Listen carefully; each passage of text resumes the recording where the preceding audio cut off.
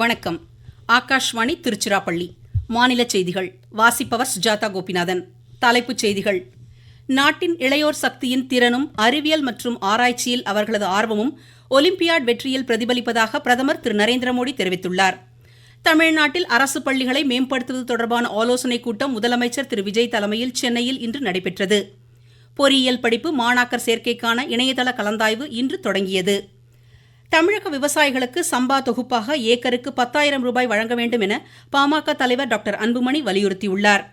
ஸ்வீடனில் நடைபெறும் ATP tennis ஆடவர் இரட்டையர் காலிறுதிக்கு முந்தைய சுற்றில் இந்தியாவின் ஸ்ரீராம் பாலாஜி இணை இன்று களமிறங்குகிறது.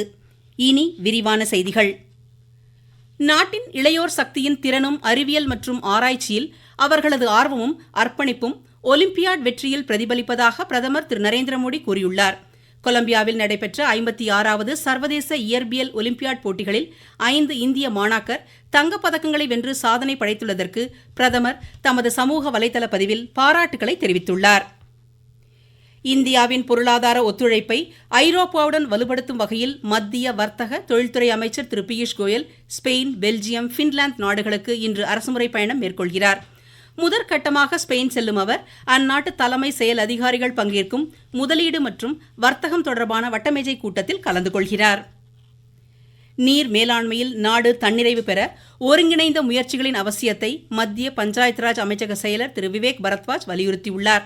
புதுடெல்லியில் நீர் மேலாண்மை மற்றும் நீர் பாதுகாப்பு திட்டம் குறித்த தேசிய அளவிலான பயிற்சியின் தொடக்க நிகழ்வில் இன்று உரையாற்றிய அவர் இதற்காக பல்வேறு முன்னெடுப்புகளை அமைச்சகம் மேற்கொண்டு வருவதாக கூறினார். தமிழ்நாட்டில் அரசு பள்ளிகளை மேம்படுத்துவது தொடர்பான ஆலோசனைக் கூட்டம் முதலமைச்சர் திரு விஜய் தலைமையில் இன்று நடைபெற்றது. சென்னை தலைமைச் செயலகத்தில் நடைபெற்ற இந்த கூட்டத்தில் அரசு பள்ளிகளில் காலியாக உள்ள பணியிடங்களை நிரப்புவது, வரும் 2031ஆம் ஆண்டிற்குள் மாநிலத்தின் அனைத்து பள்ளி வகுப்பறைகளும் ஸ்மார்ட் கிளாஸாக மாற்றம் செய்வது, அரசு பள்ளிகளில் 6 முதல் 12ஆம் வகுப்பு வரை உள்ள மாணாக்கருக்கு செயற்கை நுண்ணறிவு மற்றும் காலநிலை அறிவியலை பயிற்றுவிப்பது, ஆசிரியர்களுக்கான டெட் தேர்வு உள்ளிட்டவை குறித்து ஆலோசிக்கப்பட்டது. மாநில பள்ளிக் கல்வித்துறை அமைச்சர் திரு ராஜ்மோகன், துறை அதிகாரிகள் உள்ளிட்டோர் இந்த கூட்டத்தில் பங்கேற்றனர். சென்னை பெரம்பூரில் நடைபெறும் நிகழ்ச்சியில் 73,000 குடும்பங்களுக்கு புதிய குடும்ப அட்டைகள் வழங்கும் பணியை முதலமைச்சர் இன்று தொடங்கி வைக்கிறார். இதன் அடையாளமாக 10 பேருக்கு நியாய விலைப் பொருட்களையும் முதலமைச்சர் வழங்குகிறார். தொடர்ந்து பயனாளிகளுக்கு நலத்திட்ட உதவிகளை வழங்கும் அவர் பெரம்பூர் பெருநகர போக்குவரத்து கழக பணிமனையும் ஆய்வு செய்ய உள்ளார். பெரம்பூர் சட்டமன்ற அலுவலகத்தை திறந்து வைக்கும் முதலமைச்சர் அத்தொகுதி மக்களின் கோரிக்கைகளை பெறும் வகையில் புதிய அலைபேசி செயலியையும் இன்று அறிமுகம் செய்கிறார். நீங்கள் கேட்டுக்கொண்டிருப்பது ஆகாஷ்வாணியின் மாநில செய்தியறிக்கை. தமிழ்நாட்டில் பொறியியல் படிப்பு மாணாக்கர் சேர்க்கைக்கான இணையதள கலந்தாய்வு இன்று தொடங்கியது.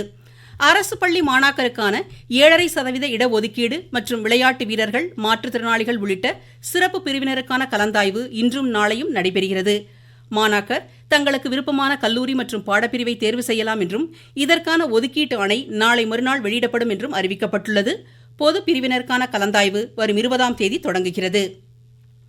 தமிழகத்தில் அரசு மற்றும் தனியார் மருத்துவக் கல்லூரிகளில் சித்தா, ஆயுர்வேதா, யுனானி, ஹோமியோ, யோகா, ஆயுஷ், இயற்கை மருத்துவம் ஆகிய மருத்துவ இளங்கலை பட்டப்படிப்பிற்கு நடப்பு கல்வியாண்டிற்கான மாணாக்கர் சேர்க்கை இணையவழி விண்ணப்ப பதிவு இன்று தொடங்கியது.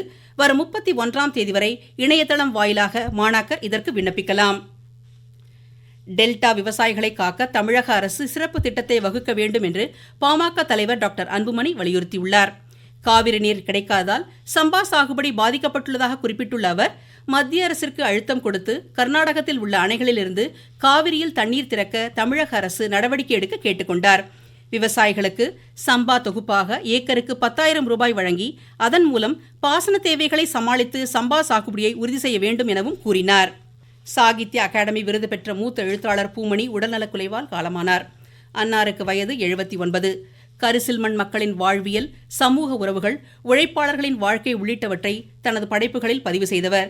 அஞ்ஞாடி நாவலுக்காக கடந்த 2014ஆம் ஆண்டு இவருக்கு சாகித்ய அகாடமி விருது வழங்கப்பட்டது குறிப்பிடத்தக்கது.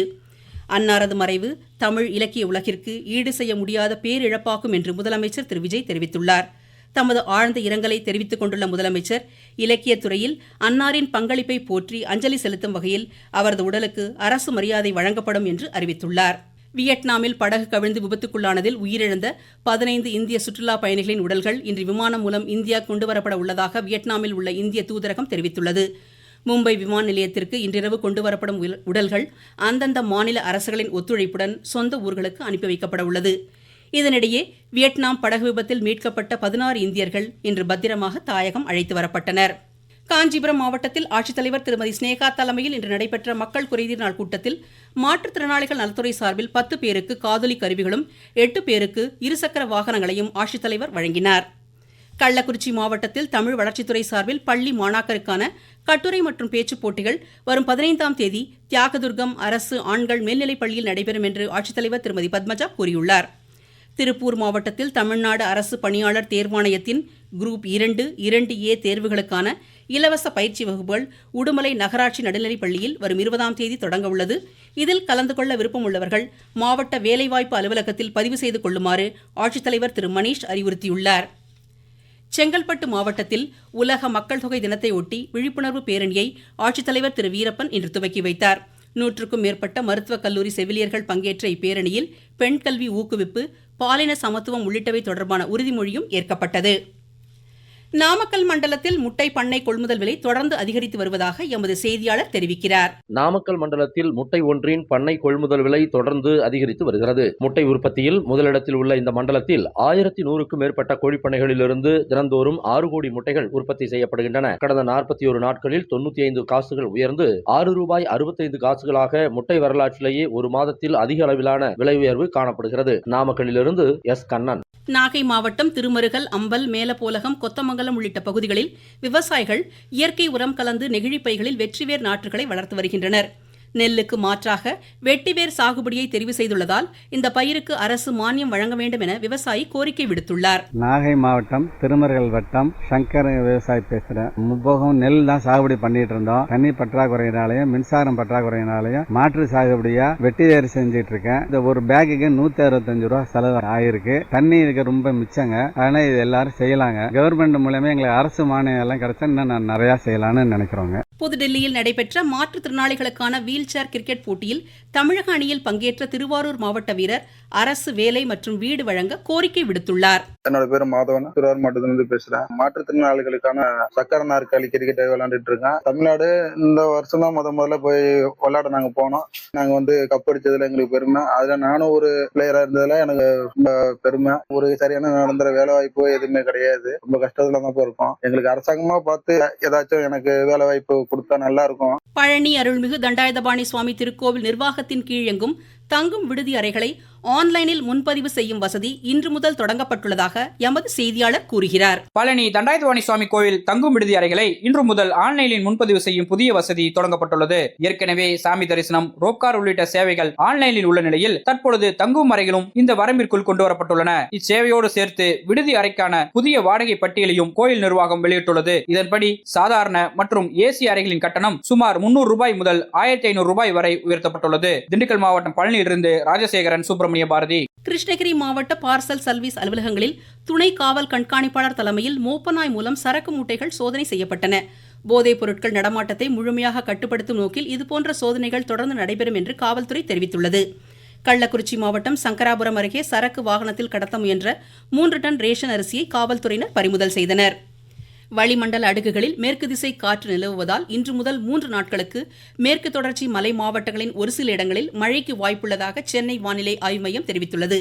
இதனிடையே தமிழகம், புதுச்சேரி பகுதிகளில் ஆங்காங்கே அதிகபட்ச வெப்பநிலை 2 முதல் 4 டிகிரி செல்சியஸ் வரை அதிகரிக்க வாய்ப்புள்ளதாகவும் இம்மையம் கூறியுள்ளது. இதனிடையே தமிழகம், புதுச்சேரி பகுதிகளில் ஆங்காங்கே அதிகபட்ச வெப்பநிலை 2 முதல் 4 டிகிரி செல்சியஸ் வரை அதிகரிக்க வாய்ப்புள்ளதாகவும் இம்மையம் கூறியுள்ளது.